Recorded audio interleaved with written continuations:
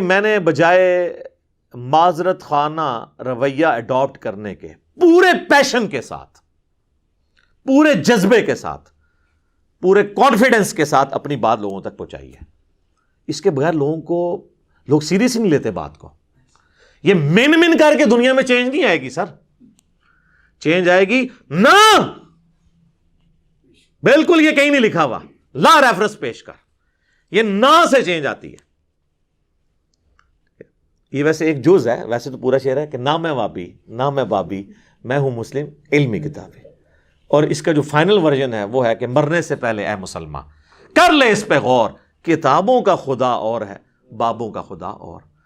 جس کا تعارف کتابوں سے ہوتا ہے نا وہ اللہ اور ہے، اور جو بابے جس کا تعارف کرواتے ہیں وہ اپنے ذوم میں تو اسی اللہ کا کروا رہے ہیں، لیکن وہ تعارف اللہ کا نہیں ہے۔ تو چونکہ میں پورے کانفیڈنس سے بات کرتا ہوں تو بعض اوقات لوگ یہ بھی سمجھتے ہیں یہ تکبر میں کر رہا ہے، نہیں تکبر نہیں، یہ میرے ایمان کا تقاضا ہے۔ میں ذرا سا بھی کانفیڈنس لوز کر جاؤں تو اس کا مطلب ہے میرا قرآن و سنت پہ ایمان ہی نہیں ہے۔ یعنی جس طرح آپ کا یہ ایمان ہے نا کہ 2 + 2 4 ہوتے ہیں، زمین و آسمان کے سارے بزرگ فرشتے، یہ بالفرض میں کہہ رہا ہوں، جنات، قبر سے نکل کر مردے بھی آپ کو یہ منوانے کی کوشش کریں کہ 2 + 2 5 ہوتے ہیں، آپ مان لیں گے؟ اس سے اگلی بات، کوئی چاند کے 2 ٹکڑے کر دے، سورج کے 4 ٹکڑے کر دے، آسمان کو زمین پہ لے آئے، زمین کو آسمان پہ لے جائے، یہ بالفرض، اور کہے کہ یہ دلیل ہے کہ 2 + 2 5 ہوتے ہیں، آپ مانیں گے؟ تو آپ کی شعبدہ بازیاں جو صرف خوابوں میں، کتابوں میں آپ کے بابوں نے لکھی، جو حقیقت میں ایگزسٹ نہیں کرتی، ان شعبدہ بازیوں کے اگینسٹ آپ تو 2 + 2 کو 5 ماننے کے لیے تیار نہیں، تو میں قرآن و سنت کو غلط ماننے کے لیے کیسے تیار ہو جاؤں؟ میں کہتا ہوں جن بابوں کے اوپر آپ کا ناز ہے نا، یہ قبر سے نکل کے ڈائریکٹ میرے ساتھ بات بھی کریں نا، اور کہیں کہ دین وہ نہیں جو قرآن و سنت میں لکھا ہوا ہے، اور وہ ہے جو ہم نے نسل در نسل شفٹ کیا ہے، تو 2 منٹ میں بزرگ غائب کر دوں گا آپ کا۔ میں پڑھوں گا لا حول ولا قوت الا باللہ، شیطان ہوگا چیخ مار کے ادھر سے چلا جائے گا، کوئی قبر سے باہر نکل نہیں سکتا۔ یہ اللہ کا فتویٰ ہے سورہ یاسین میں اور سورۃ الواقعہ میں کہ جو مر گیا نا وہ واپس نہیں آ سکتا۔ حضرت عیسیٰ علیہ السلام بھی جو مردہ زندہ کرتے ہیں وہ دنیا میں واپس نہیں آتا تھا، وہ وقتی طور پر صرف ان کے نبی ہونے کی گواہی دیتا تھا، اور یہ صرف یہ حضرت عیسیٰ کا ہی معجزہ ہے، چلتا پھرتا نہیں تھا، بس مردہ وہ ہوتا پھر واپس دوبارہ جاتا، مردہ نہیں واپس آ سکتا دنیا میں، ناٹ ایٹ آل۔ کہانیوں میں آپ جتنے مرضی واپس لاتے رہے، وہ ہندوؤں کے پاس بھی بڑی کہانیاں اس طرح کی موجود ہیں۔ تو چونکہ میں پورے پیشن کے ساتھ بات کرتا ہوں نا، تو اس کے اگینسٹ انہوں نے پتہ کیا گالی ڈیوائس کی ہے، گستاخ ہے، بے ادب ہے، بات کرنے کی تمیز نہیں ہے۔ واللہ اگر میں قرآن و سنت سے آپ کو حوالے دینا شروع کروں نا اور میں آپ کو بتاؤں نا، تو آپ بڑی بڑی ہستیوں پہ گستاخی کا فتویٰ لگا دیں گے۔ چلے میں آپ کو حصول برکت کے لیے ایک بات بتا دیتا ہوں۔ صحیح بخاری میں کم از کم 4 جگہ پہ سیدنا ابو بکر کا خطبہ آیا ہے نبی علیہ السلام کی میت کے اوپر۔ حدیث کے الفاظ ہیں کہ سیدنا ابو بکر آئے، حجرہ عائشہ میں داخل ہوئے، سلام اللہ علیہا، نبی علیہ السلام کی مبارک چادر آپ کے مبارک چہرے سے ہٹا کر ماتھے پہ بوسہ دیا اور کہا اللہ کے نبی آپ پر اللہ 2 موتیں جمع نہیں کرے گا، ایک موت آپ کو آنی تھی وہ آ گئی، اب آخرت کی ہمیشہ کی زندگی ہے یا نہیں۔ باہر آ کر خطبہ دینے لگے تو دیکھا سیدنا عمر نے تلوار اٹھائی ہے، اور وہ کہہ رہے ہیں کہ جو کہے گا نبی علیہ السلام مر گئے ہیں میں اسے قتل کر دوں گا۔ تو اسی کا جواب اصل میں سیدنا ابو بکر نے دیا، کیونکہ حضرت ابو عمر سمجھتے تھے کہ رومن اور پرشین امپائر کے گرنے کی پروفیسیز نبی علیہ السلام نے کی ہیں، تو ابھی تو وہ گری نہیں ہے، آپ جا ہی نہیں سکتے۔ تو جس طرح موسیٰ علیہ السلام 40 دن کے لیے کوہ طور پہ چلے گئے تھے، نبی علیہ السلام بھی وقتی طور پہ گئے ہیں، ڈورمنٹ کنڈیشن میں واپس آ جائیں گے پھر۔ تو اس کی نفی کی کہ 2 موتیں نہیں ہوں گی، اب آپ کو چونکہ موت آ چکی ہے، اب واپس نہیں آپ دنیا میں آئیں گے، اب آخرت کی زندگی ہے۔ اور حمد و صلات کے بعد سیدنا ابو بکر نے پہلا جو جملہ بولا پورے کانفیڈنس، پورے پیشن کے ساتھ، وہ پاکستان کے قانون 295C کی جو یہ ایکسپلینیشن مانتے ہیں مولوی، اس میں تو وہ گستاخانہ بنتا تھا، میرے نزدیک نہیں، ان کے نزدیک۔ اور ہم نے سوشل ایکسپیریمنٹ کیا ہے لوگوں سے پوچھ کے کہ اگر کوئی شخص اس طرح کہے تو لوگوں نے بہت بڑا گستاخ ہے جس نے یہ کہا ہے، تو بعد میں بتایا سیدنا ابو بکر ہے۔ کیا کہا؟ الا آگاہ ہو جاؤ، من کان یعبد محمدا فإن محمدا قد مات، جو کوئی بھی تم میں سے محمد کی عبادت کرتا ہے یا کرے گا، وہ جان لے کہ محمد مر چکے ہیں، وصال نہیں فرما چکے، مر چکے، مات۔ اور پھر آپ رضی اللہ تعالیٰ عنہ نے ساتھ ہی فرمایا وَمَنْ كَانَ يَعْبُدُ اللَّهَ فَإِنَّ اللَّهَ حَيٌّ لَا يَمُوتُ، اور جو کوئی اللہ کی عبادت کرتا ہے اور کرے گا، وہ جان لے کہ اللہ کو کبھی موت نہیں آئے گی، وہ ہمیشہ زندہ رہے گا۔ اب میرا سوال ہے کہ صحابہ میں کون نبی علیہ السلام کی عبادت کرتا تھا؟ تو یہ فرضی جملہ کیوں بولا؟ یہ ہوتے تو یہ کہتے ہو لے ممبر تو تھلے فرضی جملے بولنا ہے، شرک ختم ہو چکے اور تو سانو فرضی گلاں کرنا ہے، سانو نہیں پتا کہ عبادت کرنی ہے، فرضی جملہ ہے نا۔ ہاں قرآن کی آیت پیش کرنے کا تو رائٹ تھا، وہ آیت بھی پڑھی انہوں نے، انک میت وانہم میتون، سورہ الزمر آیت نمبر 30، اے نبی تمہیں بھی مرنا ہے، تمہارے مخالفین کو بھی مرنا ہے۔ پھر سورہ ال عمران کی آیت نمبر 144 بھی تلاوت کی، وما محمد الا رسول قد خلت من قبلہ الرسل افإن مات او قتل، محمد تو نہیں مگر ایک رسول، اگر یہ مر جائیں یا قتل ہو جائیں اور پاکستان میں یہ وصال فرما جائیں یا شہید ہو جائیں تو کیا تم دین سے الٹے قدم پھر جاؤ گے؟ یہ آیت انہوں نے اپنی بات کے ثبوت میں دی، یہ آیت ہی کافی تھی، اپنا فرضی جملہ کیوں بولا؟ یہ کہتا ہے نا جی حدیث میں الفاظ ہوتے ہیں نہیں، آیت میں نہیں ہے، کیوں بولتا ہے؟ لیکن اس کے مخالف نہیں ہوتے ہیں، اس کو سپورٹیو ہوتے ہیں۔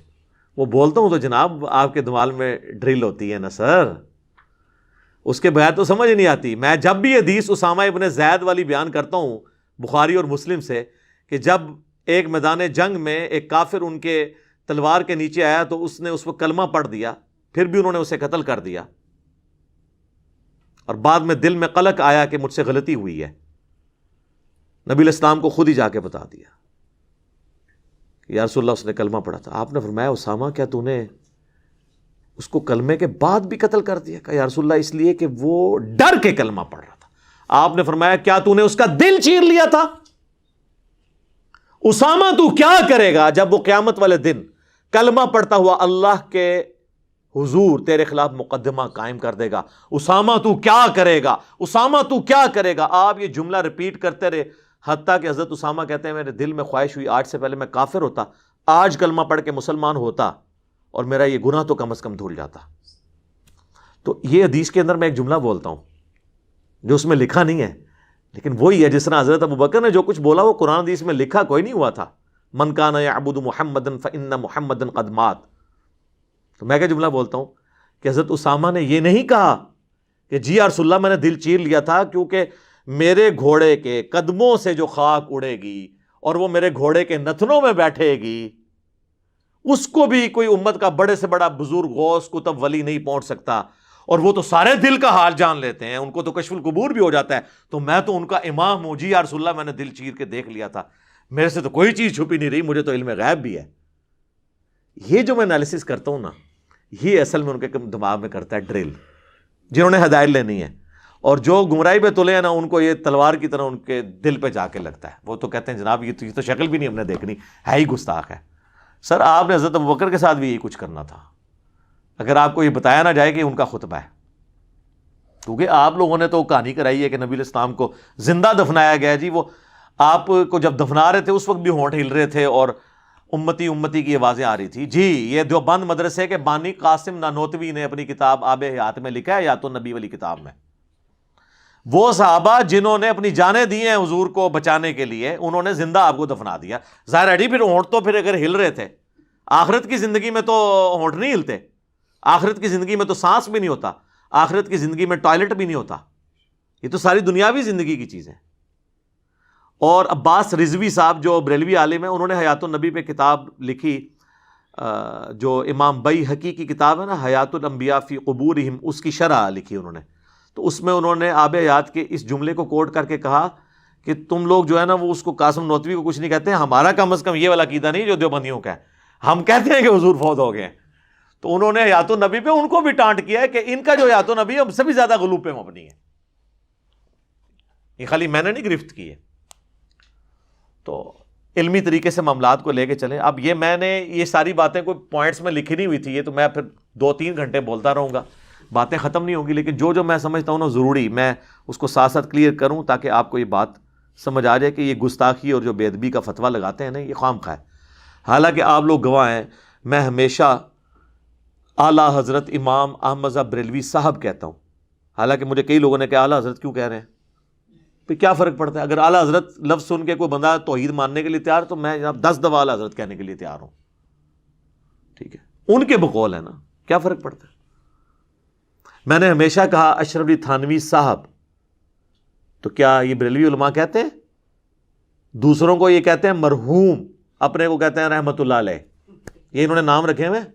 ایون طارق جمیل صاحب جیسے ماڈریٹ شخصیت بھی انہوں نے کہا مولانا احمد رضا خان بریلوی مرحوم, انہوں نے بھی رحمت اللہ علیہ نہیں کہا, ان کی آڈیو ریکارڈنگ موجود ہے. اگر آپ کہتے ہیں نا وہ کہہ سکتے ہیں, ان کو کیا آپ کہتے ہیں؟ ہاں جی, کبھی نہیں کہیں گے سر. کیسے کہیں؟ وہ میں آپ کو اینڈ پہ بتاؤں گا کیوں نہیں کہہ سکتے, وہ میں نے آخر میں رکھا ہوا ہے, 5واں مقدس جو جرم ہے وہ میں اینڈ پہ آپ کو بتاؤں گا. تو ہم لوگ تو اللہ کا شکر ہے احترام سے نام لیتے ہیں, ورنہ یقین کریں جن لوگوں نے چشتی رسول اللہ یا اشرف علی تھانوی رسول اللہ کلمے پڑھائے یا انڈورس کیے, یہ کتابوں میں چھاپے, یہ سیدنا عمر کے زمانے میں ہوتے, تو آپ کیا سمجھتے ہیں حضرت عمر نے ان کو زبان سے سمجھانا تھا؟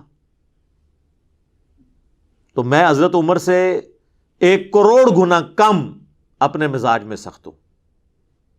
حالانکہ ان کو نبی علیہ السلام کی صحبت بھی ملی تھی, اس کے باوجود ان کی طبیعت کی سختی نہیں گئی. تو میں نے تو آج تک تلوار نہیں سونتی, تو میری نرمی بہت زیادہ ہے ان سے.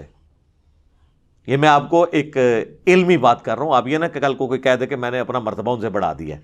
میں آپ کو فرق بتا رہا ہوں کہ ان کی سختی ایکسیپٹ کی ہوئی ہے نا آپ نے, تو میری تو سختی ہے بھی نہیں ہے. آپ ذرا میری طرح کام تو کر کے دیکھیں, پھر آپ کو پتہ چلے گا میں تو سب سے نرم بندہ ہوں, اور گستاخانہ عبارتوں میں جتنے لوگ بول رہے ہیں نا سب سے نرم میں ہوں.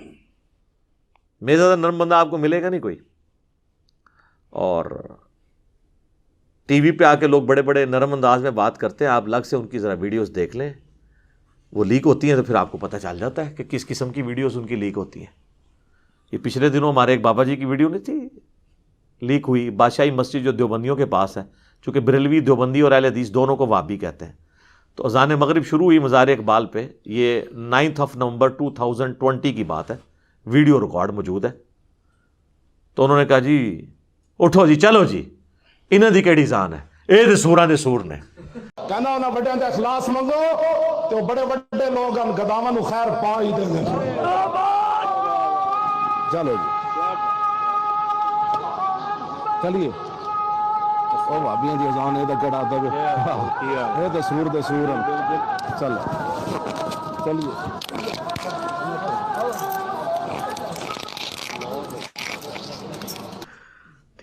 سر یہ اتنا بڑا انہوں نے اس جملے کی شرح پہ کتابیں لکھی جا سکتی ہیں جو انہوں نے کہا ہے. ایک انہوں نے سمندر کوزے میں بند کر دیا. یہ بے شک کہتے رہے ایک تسبیح میں پروئے ہوئے ہم. ہمارے مطالبات آپ کے سامنے ہیں. ہم آپ کو بارہا یہ کہہ چکے ہیں کہ اہل حدیث دیوبندی اور بریلوی اتحاد ایک تسبیح کی طرح ہو چکا ہے, ایک قوت اور طاقت بن چکا ہے. تو آڈی تسبیح ورڈ کیوں نہ پرے سٹی ہے؟ ٹھیک ہے, تو انہوں پھر بھی توفیق نہیں ہو رہی. اس کی شرح یہ ہے کہ جس طرح جو ہے نا سور یہ روئے ارض پہ مردود ترین جانور ہے نا, پلید ترین, مطلب ہے تو اللہ کی مخلوق ہے وہ اپنی جگہ, اس کو ویسے مارنا بھی نہیں ہے کہ بھئی اللہ نے اس کو اگر پلید بنایا تو اس کو ہم نے قتل کر دینا, نہیں, بس اس کا گوشت حرام ہے. تو جس طرح روئے ارض پہ تمام مخلوقات میں سب سے یہ پلید خنزیر اور سور ہے نا, اس طرح روئے ارض پہ تمام لوگوں میں سب سے پلید جو ہے نا ان کے نزدیک وہ وہابی ہیں. اور وہابی انہوں نے اس وقت دیوبندیوں کو کہا, اہل حدیث کو تو وہ پہلے ہی وہابی مانتے ہیں, دونوں کو وہ کمبائنڈ وہابی کہتے ہیں. تو اب آپ کو اس بات کی سمجھ آئے گی کہ ان کی اذان کا کیا احترام. یہ تو سوروں دے سور نے, سوراں دے سور, یعنی جس طرح اس روئے ارض پہ سب سے بدترین سور ہے نا, اس طرح سوروں کے اندر اگر سب سے بدترین سور کوئی ہو سکتا ہے نا تو وہ وہابی ہیں ان کے نزدیک. شرح سمجھ آئی؟ یہ ہم ہی کر سکتے ہیں جو خود ان کے اندر رہا ہو. تو یہ ان کا اپنا ہی انداز ہوتا ہے بات کرنے کا. میں جو کچھ بیان کرتا ہوں پیشن کے ساتھ علمی دلائل رکھتا ہوں, کبھی کبھار کوئی سلپ آف ٹنگ ہو جائے تو وہ پورے کا پورا میرا ایک سمجھ لیں نیریٹو نہیں ہوتا. اوورآل میں ہی ہوں اعلیٰ حضرت لفظ بولتا ہوں, اشری تھانوی صاحب بولتا ہوں, امام ابن تیمیہ بولتا ہوں, ٹھیک ہے نا. کبھی میں نے نہیں کہا گستاخ ابن تیمیہ اس طرح کر کے میں ایک لفظ ساتھ جوڑ بول کے تو ساتھ بولوں اس طرح. یہ تو احترام سے ایک دوسرے کا نام نہیں لیتے. رہ گا پیشن, تو یہ تو نبی الاسلام کا سٹائل ہے. صحیح مسلم میں حدیث ہے, اور یہ حدیث امام جعفر نے روایت کی ہے امام محمد باقر سے, جو محمد بن علی بن حسین بن علی ہیں, یعنی حسین ابن علی کے پوتے, امام زین العابدین کے بیٹے. اور انہوں نے جابر بن عبداللہ سے کہ نبی علیہ السلام جب کبھی بھی ممبر پر چڑھتے تو آپ علیہ السلام جب تقریر کرتے تو آپ کی آواز بلند ہو جاتی, غصے میں اضافہ ہو جاتا, آنکھیں سرخ ہو جاتی, جس طرح کوئی جرنیل اپنی فوج کو تیار کر رہا ہو. اس طریقے سے آپ جب بھی ممبر پہ چڑھتے تو گفتگو کرتے تھے. یہ پیشن والا سٹائل سنت سٹائل ہے. اس سٹائل کا مذاق اڑانا نبی الاسلام کا مذاق اڑانا ہے, نعوذ باللہ. لیکن چونکہ ان جاہلوں کو پتہ ہی نہیں, نہ انہوں نے قرآن پڑھا نہ حدیث, یہ تو اپنی فقہ کی کتابیں اور دورہ حدیث کرتے ہیں, اور اس کے بعد پھر ان کو یعنی وہ دورہ حدیث صحیح طرح کیا نہیں ہوتا, ان کو دورے ہی پڑھتے رہتے ہیں اپنی فقہ کے. پورا دورہ حدیث کیا ہوتا تو ان کو کچھ پتہ چلتا, ان کو فقہ کے دورے پڑھتے رہتے ہیں. پھر یہ صحیح مسلم میں 2005 نمبر حدیث ہے. تو یہ نبی الاسلام کا سٹائل ہے. اور اس کے بعد آپ علیہ السلام کہتے ہیں میں اور قیامت اس طرح ساتھ بھیجیں گے جس طرح یہ 2 انگلیاں. اور پھر آپ کہتے ہیں فَإِنَّ خَيْرَ الْحَدِيثِ كِتَابُ اللَّهِ وَخَيْرَ الْهَدِي هَدْيُ مُحَمَّدٍ صلی اللہ علیہ وآلہ وسلم وَشَرَّ الْأُمُورِ مُحْدَثَاتُهَا وَكُلَّ مُحْدَثَةٍ بِدْعَةٍ وَكُلَّ بِدْعَةٍ ضَلَالَةٍ وَكُلَّ ضَلَالَةٍ فِي النَّارِ. یہ آپ کا خطبہ ہوا کرتا تھا صلی اللہ علیہ وآلہ وسلم. اب لہٰذا کسی عالم دین کے ساتھ میرا کمپیریزن نہ کروائیں. کروانا ہے آپ نے پیشن کا تو ڈاکٹر اسرار صاحب سے کروائیں, تو آپ کو وہاں پہ بھی یہ سٹائل نظر آئے گا. رہ گیا میرے موضوعات, تو وہ تو دنیا میں کسی نے ان موضوعات کو ٹچ نہیں کیا, کیونکہ اس کے ساتھ تو بہت بڑی دنیاوی نقصانات, ایون جان کا نقصان جوڑا ہوا ہے. لہٰذا کہنا جی طارق جمیل صاحب کتنا میٹھا بولتے ہیں, جی مجھے وہ لیکچر بتائیں جس میں انہوں نے چشتی رسول اللہ اور اشرف تھانوی رسول اللہ کا رد کیا اور بڑے میٹھے انداز میں لوگوں کو سمجھایا کہ یہ کلمات نہیں ہوتے, یا آپ بھی کہہ کے ریکارڈ کروا دیں. تو آپ 2 مختلف چیزوں کو کمپیئر کروا رہے ہیں.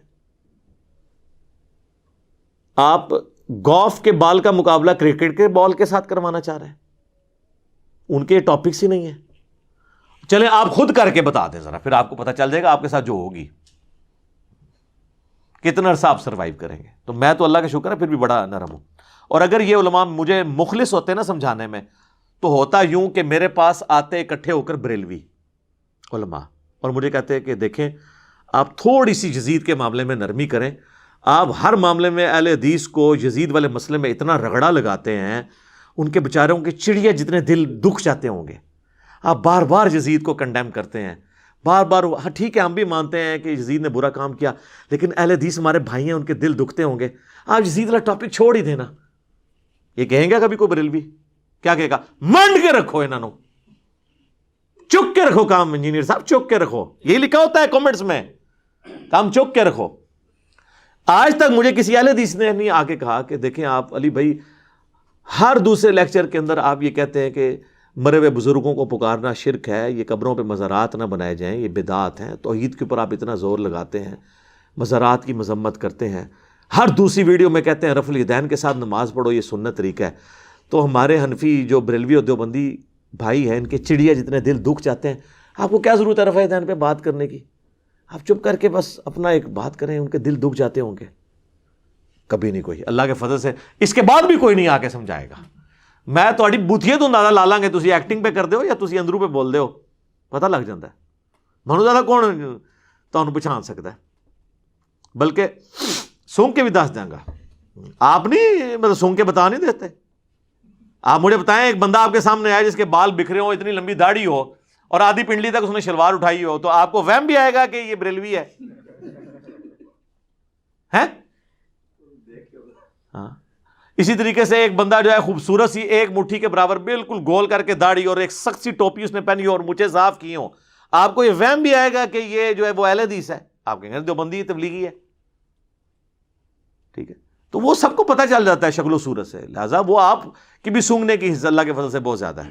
عام لوگوں کو بھی پتہ ہے. تو یہ آج تک کسی نے آ کے مجھے نہیں کہا.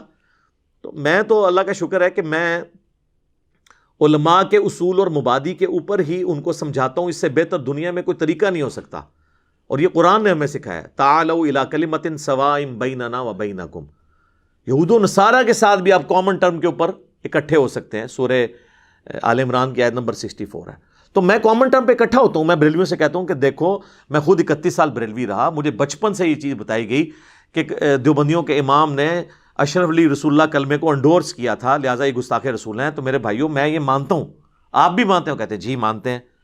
تو اب تو یار وہ چشتی رسول اللہ نکلا ہے حشر بہشت میں, تو ہونا تو چاہیے کہ جناب چاہے اشرف علی تھانوی رسول اللہ یا چشتی رسول اللہ ہے, دویاں دی ایسی تھی تیسی. تو کہتے ہیں نہیں وہ پوچھیں گے. تو اس کے بعد کیا ہے, دو نمبری کر رہے ہیں, اپنے آپ کو دھوکہ دے رہے ہیں, ان کو نہیں پتا. یہ میں کٹر لوگوں کی بات کر رہا ہوں, باقی تو لوگ قبول کر لیتے ہیں. ہماری دعوت سب سے زیادہ بریلویوں نے قبول کی ہے. اس سے بہتر کوئی اصول اور موادی نہیں ہے. میں دیوبندیوں سے کہتا ہوں کہ میرے بھائیوں آپ کا کیا جھگڑا ہے بریلویوں کے ساتھ؟ دونوں حنفی, دونوں ایک ہی روحانی باپ کی اولاد فقہی طور پہ. مسئلہ کیا ہو؟ کہتے ہیں یہ مشرک ہیں, قبروں سے ان کے بڑے غلط عقیدے ہیں. تو میں کہتا ہوں میرے بھائی یہ تو آپ کے بھی جو سوانح قاسمی کے اندر لکھا ہوا ہے کہ قاسم نانوتوی جنہوں نے مدرسہ دیوبند بنایا تھا, وہ اپنے مرنے کے 6 سال کے بعد خواب میں نہیں بیداری میں قبر سے نکلے, دیوبند کے 2 مولویوں کی صلح کروا کے واپس قبر میں چلے گئے. اب ہونا تو یہ چاہیے کہ جناب ہونا بھی لکھا ہے تو وہ بھی ہوئی کچھ سن, لیکن جن کو ہدایت ملنی ہے وہ کہہ دیتے ہیں ٹھیک ہے. اہل حدیثوں سے میں کہتا ہوں میرے بھائیو آپ کو کیا مسئلہ ہے؟ وہ کہتے ہیں دیکھیں جی ہماری تو ہر چیز بخاری مسلم میں لکھی ہے, نماز کا طریقہ دیکھ لیں, فلاں چیز دیکھ لیں. تو ہم کہتے ہیں اچھا تو بخاری مسلم میں جو جو لکھا ہے, ہاں جی اس کی تو تمام متصل الاسناد مرفوعہ حدیث جو ہیں قطعی الصحت ہیں, اور یہ تو جو بخاری مسلم کو نہیں مانتا وہ تو گمراہ ہے, اہل سنت سے خارج ہے. ہم کہتے ہیں ٹھیک ہے ابھی چیک کر لیتے ہیں, آپ کو بھی ٹیسٹ لگا لیتے ہیں. تو سر صحیح بخاری اور مسلم دونوں میں حدیث موجود ہے, اور بخاری کا اس کا طریق ہے 2812. ہاں جی اب تو ویسے اس کا نمبر ہی بولیں تو ساتھ ہی کھوتی مر جاتی ہے ندی, کہ نبی صلی اللہ علیہ وآلہ وسلم نے فرمایا وائے عمار تجھے ایک باغی جماعت قتل کرے گی, تو انہیں اللہ اور جنت کی طرف بلائے گا اور وہ جماعت دوزخ کی طرف بلا رہی ہوگی. تو ہم کہتے ہیں میرے بھیا پھر فیصلہ کرو کہ مولا علی کی پارٹی جنت اور اللہ کی پارٹی ہے, اور مولا علی کے مخالفین جو آل امیہ تھے وہ جہنم کی طرف بلانے والی پارٹی ہے. جہنمی نہیں میں کہتا, جہنم کی طرف بلانے والی. ساتھ ہی وہ بخاری مسلم کا بخار محبت ختم. یہ حدیثیں نہیں بیان کرنی چاہیے. ہم کہتے ہیں سر مسلم کا آپ مقدمہ پڑھیں, صحیح مسلم کے مقدمے میں لکھا ہے, امام مسلم میں نے خود لکھا ہے کہ میں تو عوام الناس کے لیے حدیثیں لکھ رہا ہوں. تم کہہ رہے ہو میں بیان نہیں کریں گے, تو چلیں مسلم کی آپ کو حدیث بیان کر دیتے ہیں, کریں جی. مسلم شریف میں 4776 نمبر حدیث ہے کہ عمر بن عاص خانہ کعبے کے سائے میں بیٹھے ہوتے ہیں, عبداللہ بن عمر بن عاص, اور ایک تابعی آ کے ان سے کہتا ہے عبد الرحمن بن عبد رب کعبہ, جب وہ حدیث بیان کرتے ہیں کہ امیر کی اطاعت کرنی ہے, تو کہتے ہیں یہ آپ نے اللہ کے نبی سے خود سنا تھا ان کا, میں کعبے کے سائے میں بیٹھا ہوں, میرے کانوں نے نبی علیہ السلام سے یہ خود سنا تھا کہ اطاعت امیر کرنی ہے, میری آنکھوں نے حضور کو دیکھا, میرے دل نے آپ کی بات یاد رکھی. تو انہوں نے کہا پھر اگر یہی بات ہے تو آپ کے چچا کا لڑکا معاویہ ابن ابی سفیان, چلیں ہم تو احترام سے نام لیں گے, رضی اللہ عنہما, جو ہمارے امیر ہیں اس وقت, وہ تو ہمیں حکم دیتے ہیں کہ ہم لوگوں کو ناحق قتل کریں اور لوگوں کا مال حرام طریقے سے ہڑپ کریں, جبکہ سورہ نساء میں آیت نمبر 29 میں اللہ تعالیٰ فرماتا ہے کہ اپنوں کو مت قتل کرو, یعنی ایک دوسرے کو, یعنی ایک دوسرے مسلمان ہی ہوتا ہے نا, اس لیے اس کو کہا کہ اپنوں کو گویا قتل کرنا ہے, ایک دوسرے کو قتل کرنا, اور ایک دوسرے کا مال حرام طریقے سے ہڑپ مت کرو. اب ہمیں بتائیں ہم اللہ کی بات مانیں کہ یا معاویہ کی بات مانیں؟ تو وہ خاموش ہو جاتے ہیں. ان کا تو خیال ہے خاموش ہو کے انہوں نے کہا ہوگا تجھے ایران سے فنڈ آتا ہے, کہیں تو انجینئر کی ویڈیو تو نہیں دیکھتا, تو نے کہیں ڈائریکٹ تو نہیں حدیث پڑھ لی. تو وہ سر اٹھا کے کہتے ہیں کہ جن کاموں میں معاویہ تمہیں اللہ کے حکم کے مطابق چلاتا ہے اس میں ان کی اطاعت کرو, اور جس میں وہ مخالفت کرے تم اس کی نافرمانی کرو. یہ حدیث جب ہم مسلم سے بیان کرتے ہیں تو یہ ماننے کے لیے تیار ہو جائیں گے. اور اس سے بڑی حدیث صحیح مسلم کی 240, علی سے محبت نہیں رکھے گا مگر مومن, علی سے بغض نہیں رکھے گا مگر منافق. بغض علی کی جتنی شکلیں ہیں وہ منافقت کی اولین علامتوں میں سے ایک علامت ہے. بس آپ یہ حدیث کسی سنی کی مسجد میں لگا کے دیکھیں تو شام تک وہاں پہ گڑبڑ شروع ہو جائے گی, چاہے وہ بریلوی ہو, دیوبندی ہو, اہل حدیث ہو. کیونکہ انہیں پتہ چل جائے گا کہ بھئی یہ تو کسی اور پلیٹ فارم سے بول رہا ہے، حالانکہ مسلم شریف ہمارا ہی پلیٹ فارم ہے، بخاری ہو مسلم، یہ دونوں ہمارے ہی پلیٹ فارم ہیں۔ تو اس کے اوپر مجھے بتائیں اب اہل حدیث کو کیا غصہ کھانے کی ضرورت ہے؟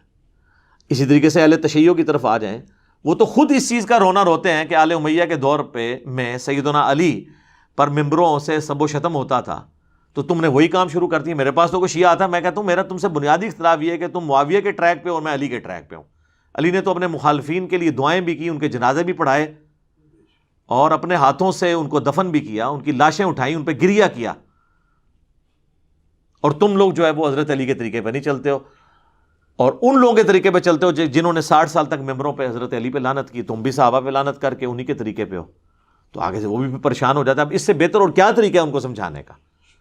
تو ہم جس اصول اور مبادی، اسی کو میں نے اینٹی وینم، پھکی الزامی جواب نام دیا ہوا ہے۔ جیسے کوبرا سانپ کاٹ جائے نا تو اس کا علاج پھر کوبرے کے زہر سے ہوتا ہے، اسے کہتے ہیں وینم کا علاج اینٹی وینم، جو اس کے زہر سے بنتا ہے۔ تو میں اسی اصول کے اوپر ان کو جواب دیتا ہوں، اسے میں اینٹی وینم کہہ دیتا ہوں، پنجابی میں اسے پھکی کہہ دیتا ہوں، اردو میں اسے کہا جاتا ہے الزامی جواب، کہ ہاں بھئی اب اس پہ اگر یہ بات ہے تو تو بھی مان آؤ۔ تو یہ کسی کو برا نہیں لگنا چاہیے۔